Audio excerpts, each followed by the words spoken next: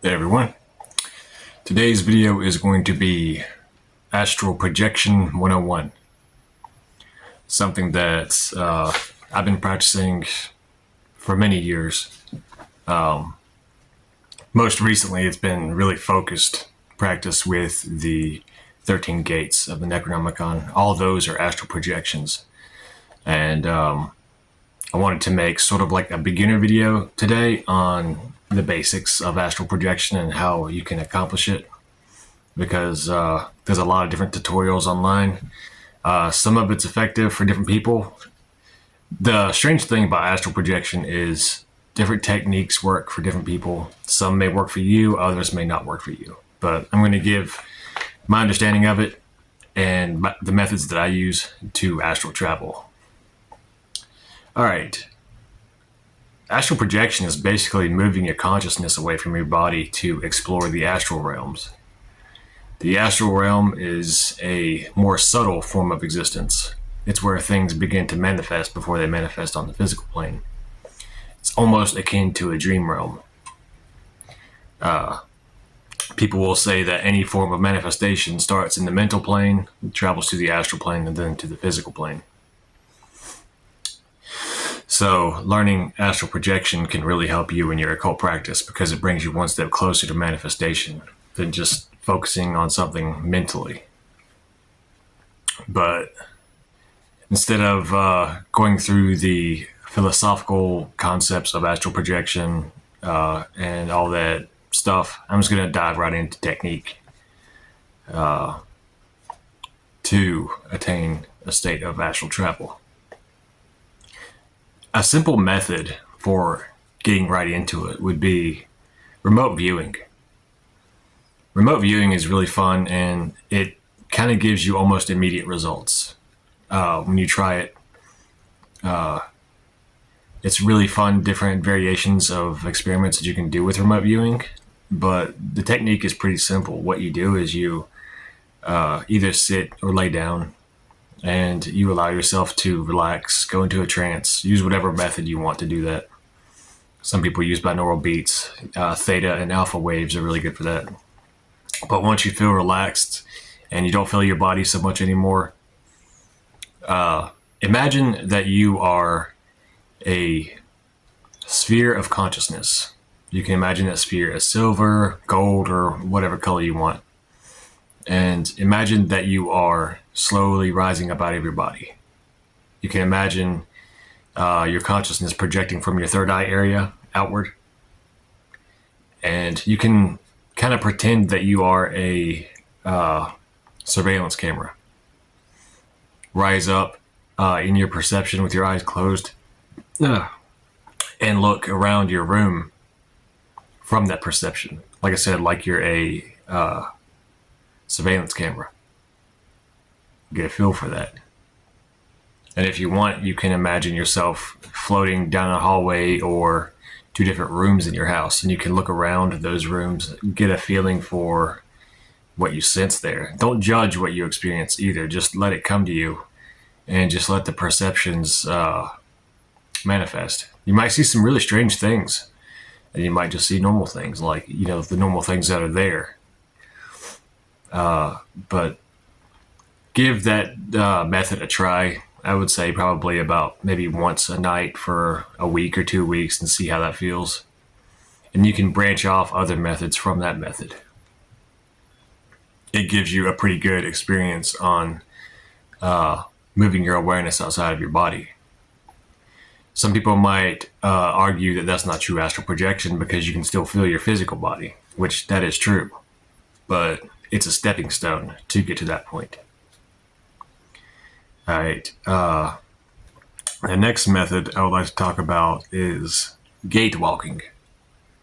That's kind of like what the 13 gates of the Necronomicon, the walking the 7 zones of the Simon Necronomicon, that's what those are. And the method for gate walking is pretty simple as well.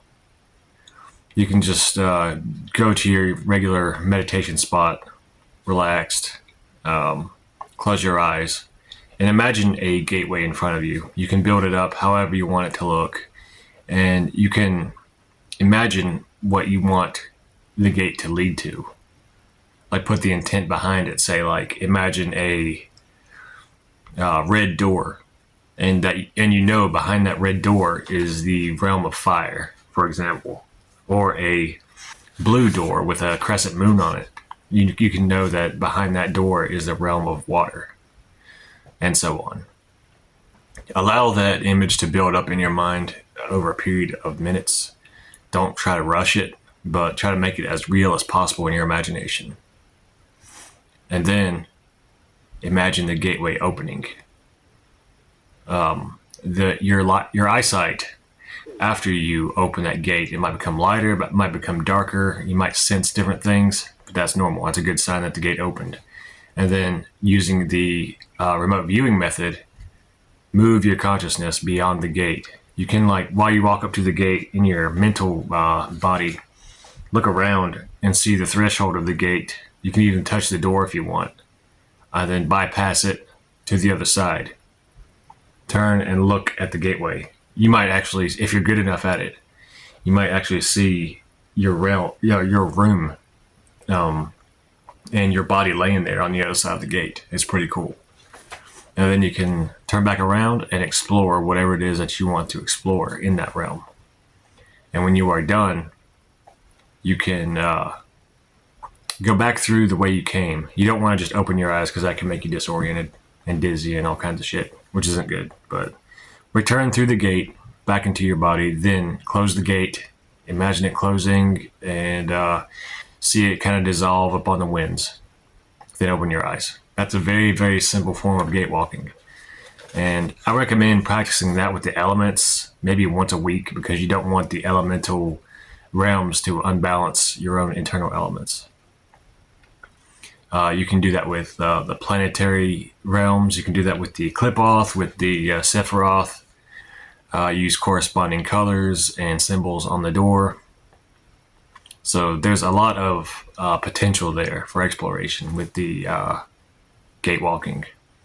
You can also pick up a book like the Simon Necronomicon or the 13 Gates of the Necronomicon and practice those, because they lead to really charged and potent realms of existence on the astral plane.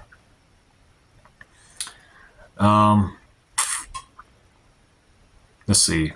The astral body of light method is a little bit more advanced. What it involves is imagining a sphere of light above your head. And you can inhale and draw down that light into your body until your whole body is glowing with that light.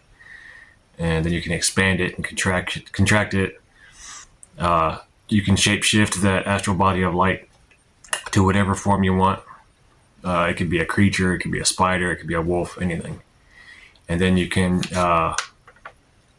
move your awareness outside of your body in that astral shell of light, and then explore things like you would with remote viewing. And you might start getting the vibration feeling at that point. And that's a really cool experience. Mirrors. Mirrors are really cool to astral travel through. I used to experiment with it, and I actually got some hell from people online because I talked about my experiments with it. They're like, that's so dangerous, you know? And I was like, it's no different than any other portal, really, except it's a physical manifestation of a portal. And what's cool is what you can do is you can astral travel, and then you go to a mirror that you know about, and you just go through the mirror. And the realm on the other side of a mirror is pretty strange. It's different. I can't really put it into words. It's something you have to explore yourself. But black mirrors, you can do that with. You can create a shadow body by sitting in front of a black mirror and slowly inhaling. Create a astral body of shadow for yourself instead of an astral body of light. And then in that astral body of shadow, fly through the gate, fly through the mirror to the other side. And that's a good way to explore Qliphothic realms. Falling asleep on the other side. That's something I've done with the 13 gates. What you do is you just, before you're falling asleep, imagine yourself going through a gate and lose your consciousness while you're on the other side exploring. Sometimes that can generate lucid dreams of the other side. You could have dreams associated with that realm. And when you wake up, just make sure that you come back through the way you entered, and then close the gate. Some tips and techniques, things that would help, is kind of set aside some time every day to practice, and spend some time just away from different electronics and shit. Let yourself really feel your body and feel your energy currents flowing through your body, and use it as preparation for passing through the gate. That'll really help more than just, being on, say, some type of social media or watching a movie or something, and then going right into it, without allowing yourself to enter those alpha and theta states. So it's something to, separate in your day and spend some time doing on its own. I guess a little bit of time of purification before it is what I'm getting at. Some circle castings and opening rites can make the astral traveling more potent, like the opening rites of Nocturnicon, for example, casting a dark sphere. You could even just do the first part, drawing in the darkness, create a astral body of shadow using that, and then practice your astral traveling. Some people like to do the lesser banishing ritual, the pentagram, before doing the astral traveling practices.